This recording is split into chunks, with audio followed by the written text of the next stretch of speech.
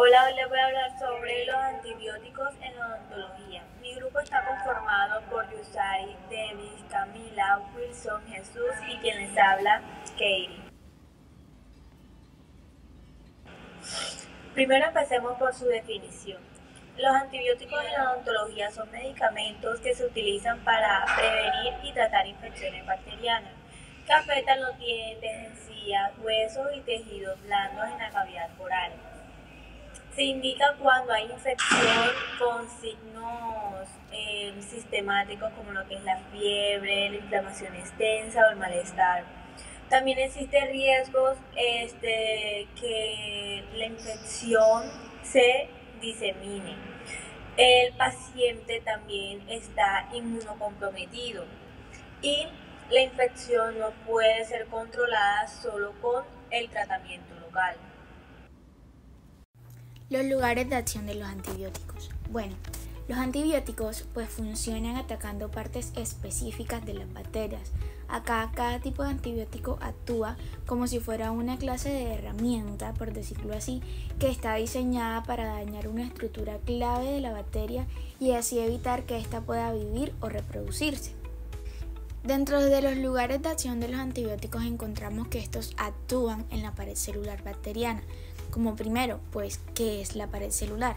Bueno, esta la podríamos llamar como aquella capa dura que protege a la bacteria, cuya es vital para que no se explote por la presión interna. ¿Cómo actúan los antibióticos en esta pared celular? Bueno, pues algunos antibióticos impiden que la bacteria forme esta pared, lo que conlleva a que sin pared, pues la bacteria se rompe y se muere. Bueno, en la imagen podemos observar cómo los beta-lactámicos, que es el ejemplo de fármaco que vamos a utilizar, estos pues lo que hacen es inhiben la síntesis de la pared bacteriana.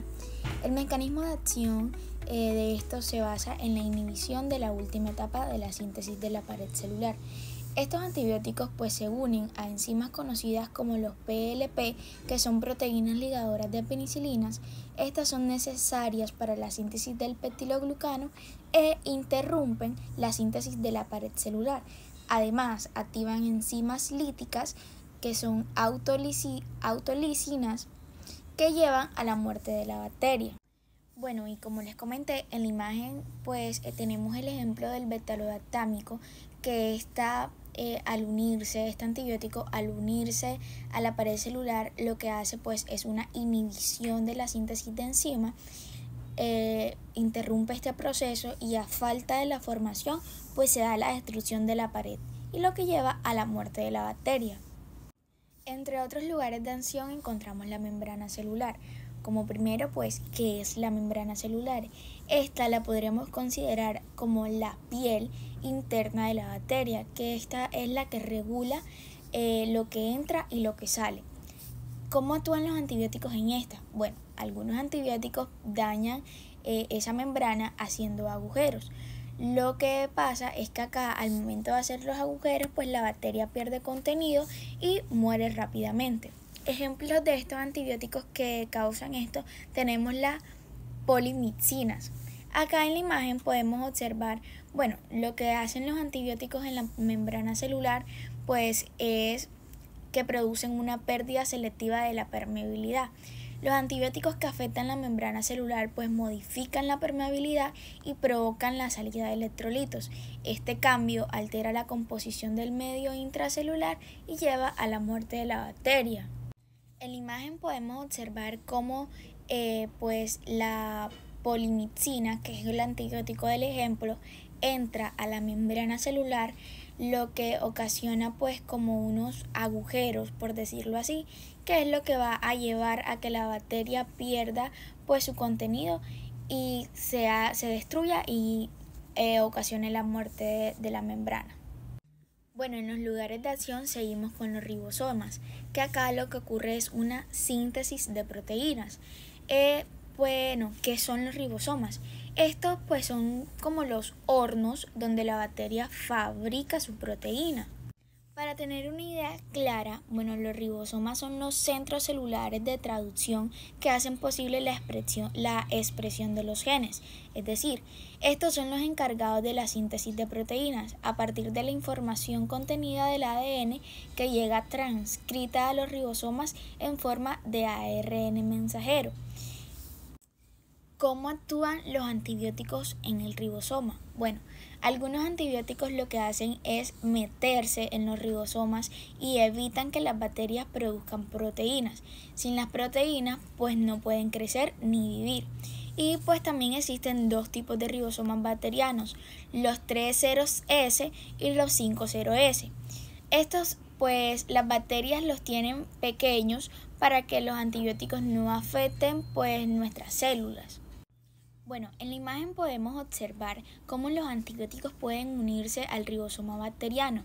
Estos inhibir el inicio de la transcripción, bloquear la unión del ARN con el ARNT con el ARNM.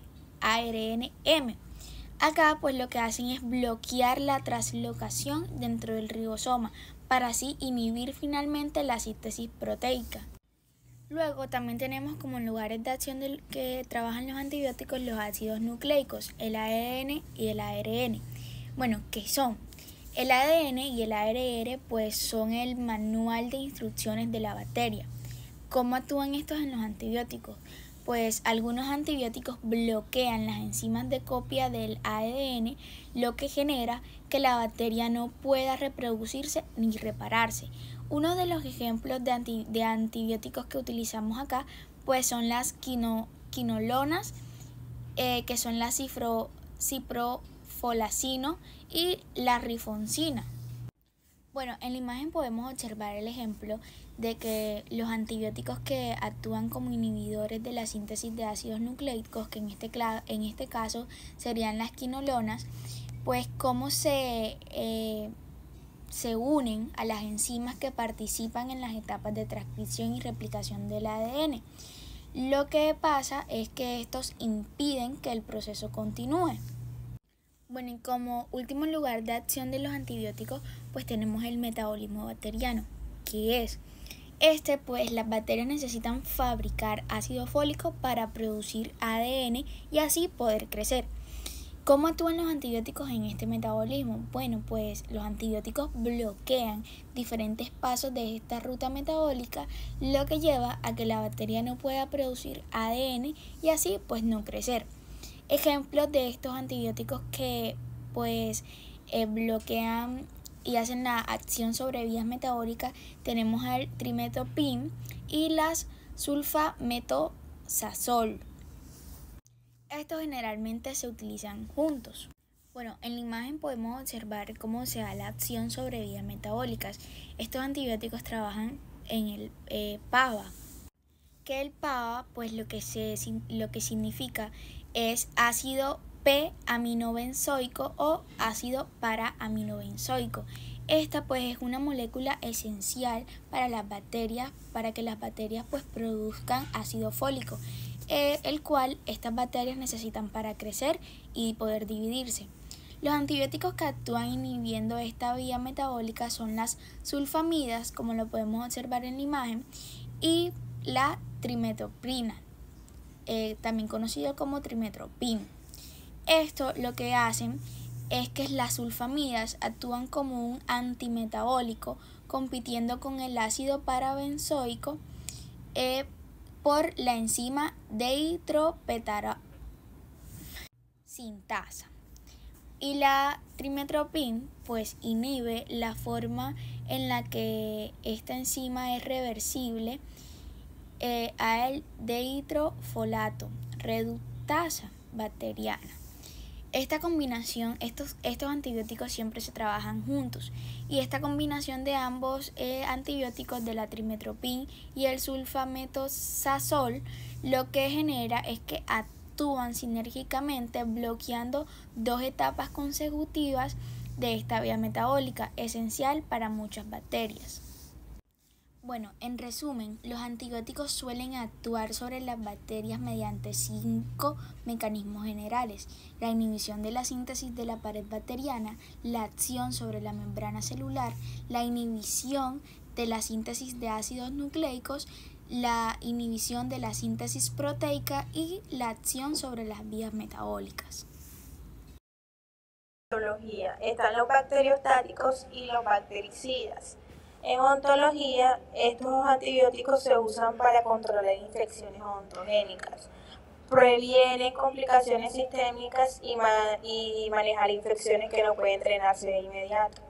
Saber si un antibiótico es bacteriostático o bactericida ayuda a elegir el más adecuado según el tipo de infección y el estado del paciente.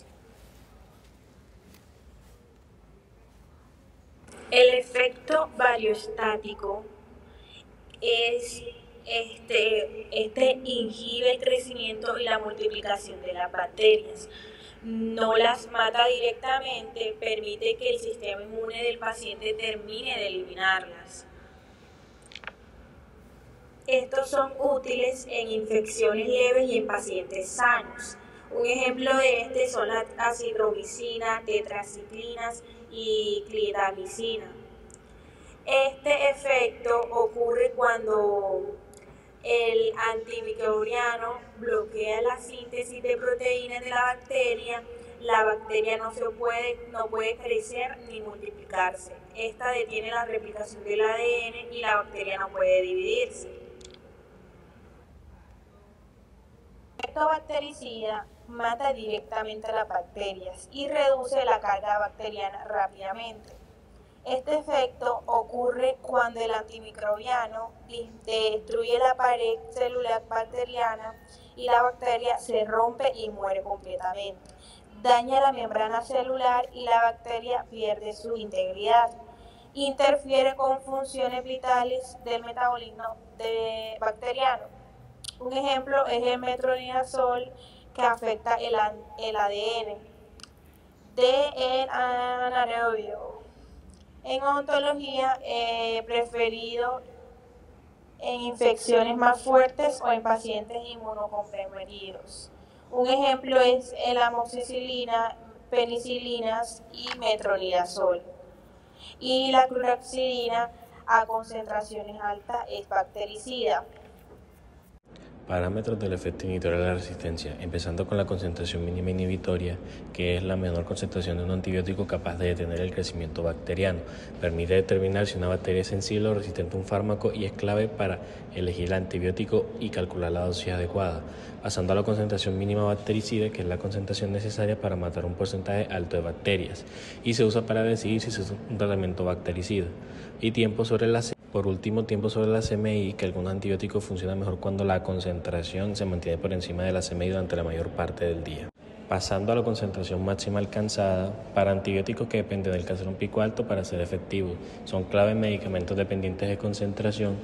En la relación de la AUC o CMI, el área bajo la curva refleja la exposición total del antibiótico y la relación importante para valorar eficacia y riesgo de resistencia. Y el mecanismo de resistencia bacteriana, producción de enzimas que inactivan el antibiótico, alteración de la diana bacteriana, bombas de expulsión y disminución de la permeabilidad bacteriana. Como último parámetro están las consecuencias clínicas de la resistencia, en la cual hay menor eficacia del tratamiento, necesidad de antibióticos de mayor espectro y riesgo de complicaciones en infecciones odontogénicas. Tratamiento antibiótico en odontología.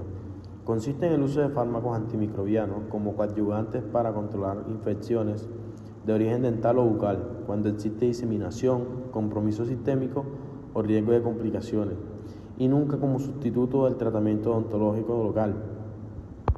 Infecciones odontogénicas son infecciones originadas en dientes o tejidos de soporte. Las indicaciones típicas de antibióticos cuando sí se necesita es en celulitis difusa, compromiso sistémico, imposibilidad de realizar un drenaje inmediato, y los fármacos habituales son amoxicilina, amoxicilina más ácido clavulánico en casos más severos, y clindamicina si el paciente es alérgico a la penicilina. Osteomielitis es una infección del hueso maxilar o mandibular Es grave y requiere antibiótico prolongado. El tratamiento: amoxicilina más ácido clavulánico, clindamicina o quinologas, según cultivo y sensibilidad. Y manejo combinado: antibiótico más cirugía para eliminar el hueso necrótico. Bueno, les voy a hablar sobre el tratamiento de antibiótico en cialoadenitis aguda. Esta es una inflamación e infección aguda en la glándula salival. Generalmente se encuentra en la parodia o submandibular. Esta es causada por la bacteria de Staphylococcus. Su tratamiento de antibiótico más usado sería la amoxicilina más el ácido clavulánico. También se puede utilizar el alternativas que tiene como referencia, por decirlo así, que sería la clindamicina y cefalecina. Además de los antibióticos se recomienda una hidratación abundante, estimulación de saliva con limón, chicle sin azúcar, masajes en la glándula